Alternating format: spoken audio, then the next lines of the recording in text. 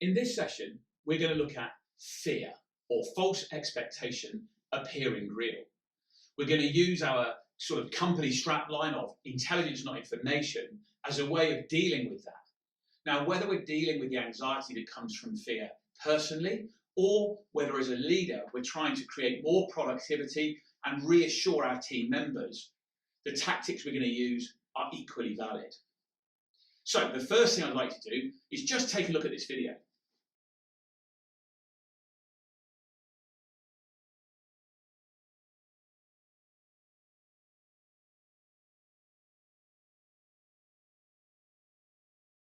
What you're seeing there is Paul, one of our co-directors, and I summiting the Matterhorn in Switzerland.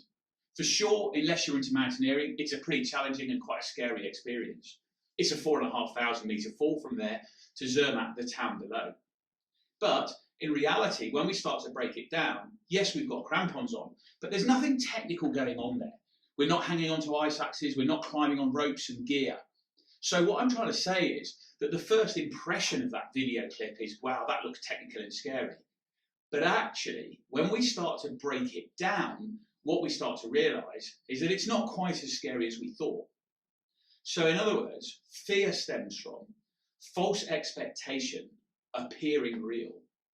So one of the things we must do with our teams in order to create reassurance and direction is only deal with what's actually real. It's very easy in a high pressure situation to start to focus on what could happen, what might happen, what should happen. And none of those things have happened yet. And that's the key point. So we're going to use this concept of intelligence, not information, before we do anything else. So we're going to literally write out, make a list of what is actually real and what is genuinely happening to us right now. Not what we think is happening, not the emotional situations that we're sometimes feeling, and not our perception of what's happening to us, but what's actually real. On the diagram behind me, you can see that we've got 4 key skill areas that you're going to need to be good at as a leader. You're going to need to present, probably like this in a situation or a forum you're perhaps not used to operating in. You're going to have to collaborate with all sorts of different people, and for sure, we're going to have to negotiate and inevitably deal with some confrontation. All of those things are more effective if we only communicate, present the intelligence, not the information. If we're collecting sources of information from all over and we want that to become intelligence, it must be all 3 of these things: accurate, timely, and relevant. Accurate, timely, and relevant. So in other words, for information to become intelligence, it must be all of those 3 things. So anything you've got going on, anything that's happening to you right here, right now, ask yourself as a starting point, is it all of those 3 things?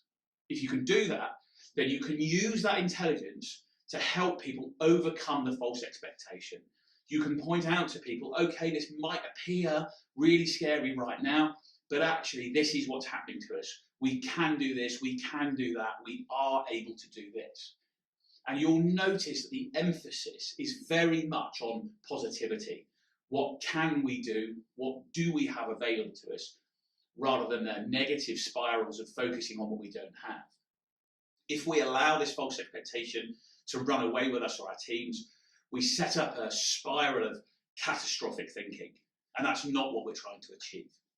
So, to sum it up, fear is false expectation appearing real. Work out the intelligence from the information. It must be accurate, timely, and relevant.